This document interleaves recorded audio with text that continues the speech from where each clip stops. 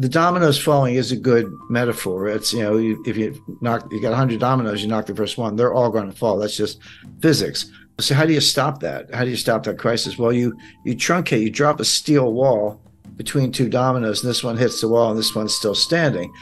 But that's the bailout. The problem is each crisis tends to get bigger than the one before, which means each bailout gets bigger than the one before. My question, are we now at the point where the needed bailout is bigger than the capacity of the central banks, that they've pulled all the rabbits out of a hat, played all their cards? And again, this goes back to what I did say about the Silicon Valley Bank rescue. It is the biggest bailout in history, and I can explain why. But if that's the case, what else do they have? Jim Rickards said that this is the biggest bailout in history. 97% of the Silicon Valley Bank deposit is uninsured. That's really scary, but it is the reality just a couple months back. Many big companies such as eBay and Roku had their deposit in the bank. And also small startups with just 100 employees with $5 million working capital. What happens when the bank can't meet its obligation because they don't have the money? Well, there will be a bank run. Started with one guy named Peter Thiel who tweeted on Twitter, and boom. You got yourself a bank run. Back in the days, people would wait in line and crammed in the bank just to get their money back, but now we can move billions of dollars just with our iPhone. And Jim said that the next crisis will be in the dollar itself because people will lose confidence in it, so we can't bail out the dollar with the dollar itself. So what should we do? Let's hear more from Jim. So now we're dangerously close to the point where, as the crisis gets worse, it's no longer, oh, gee, let's wait for the Fed to bail it out, or let's wait for the ECB to bail it out. You get to the point, I think we're there, where you say, no, these guys actually can't stop it. And you lose confidence in the currency itself. It's the dollar. The crisis is the dollar itself, and the euro, goes along with that. And then that's the crisis. And there's no way to bail out a dollar crisis with dollars, because you're just pumping more of what people have lost confidence in. And then, then where do you go? And there are good answers to that. We've seen it, again, we've seen it all before. This is big. It's not over. The regulators will attempt more bailouts, but we're at the point where I think you can start to question the regulators themselves. Let's go back to Brazil, Mexico, Argentina, the Latin American debt crisis, broadly defined in the early 1980s. That played out, the intense phase lasted about 3 years, 82, 83, 84. It wasn't until 1990 that we got around to Brady bonds, which were the ultimate refinancing technique. But the intense period lasted about 3 years. Come forward to 1998, long-term capital management. That was about 3 months. That was July, August, September 1998. SVB was 3 days or less. It was like Wednesday, Thursday, Friday, and done. And I talked to a guy, no reason to mention names, but runs one of the largest endowments in the world.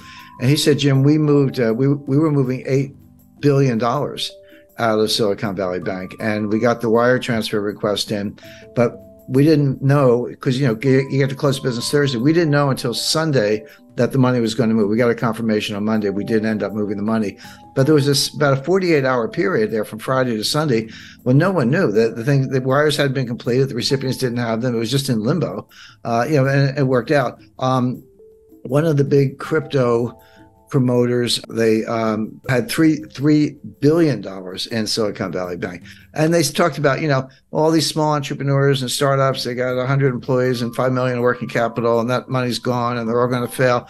There was something to that. But the fact is, you had Roku, Cisco, eBay. I mean, there were huge companies with multi-billion-dollar deposits in that bank. It wasn't all a bunch of little guys.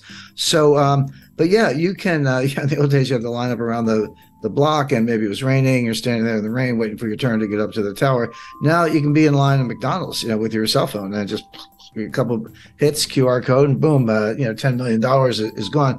And what Peter Thiel did, and he was right. I mean, I'm not criticizing him.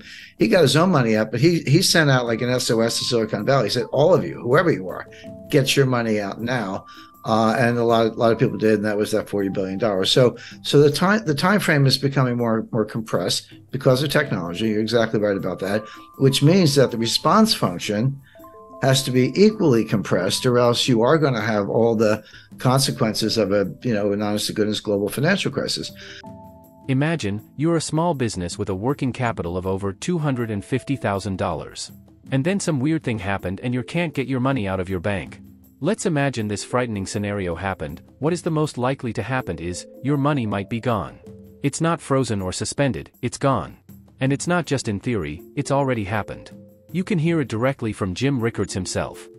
And I'm not sure if everyone knows the sequence, but on Friday night, March 10th, the FDIC took over Silicon Valley Bank.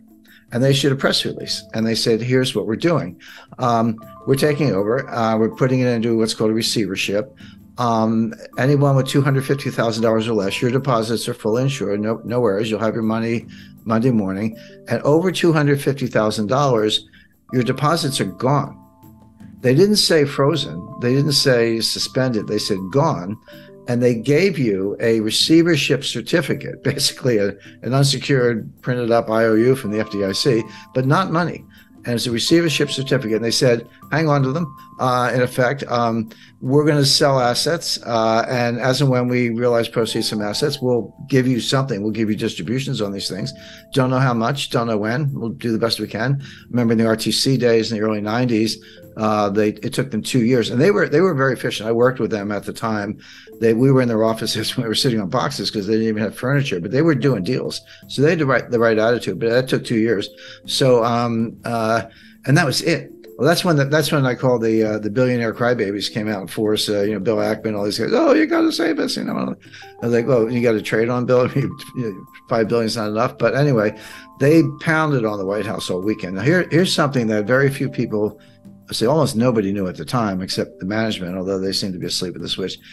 Everyone's like, yeah, startups, venture capital. There's a lot of truth to that. 97% of the deposits of Silicon Valley Bank were uninsured.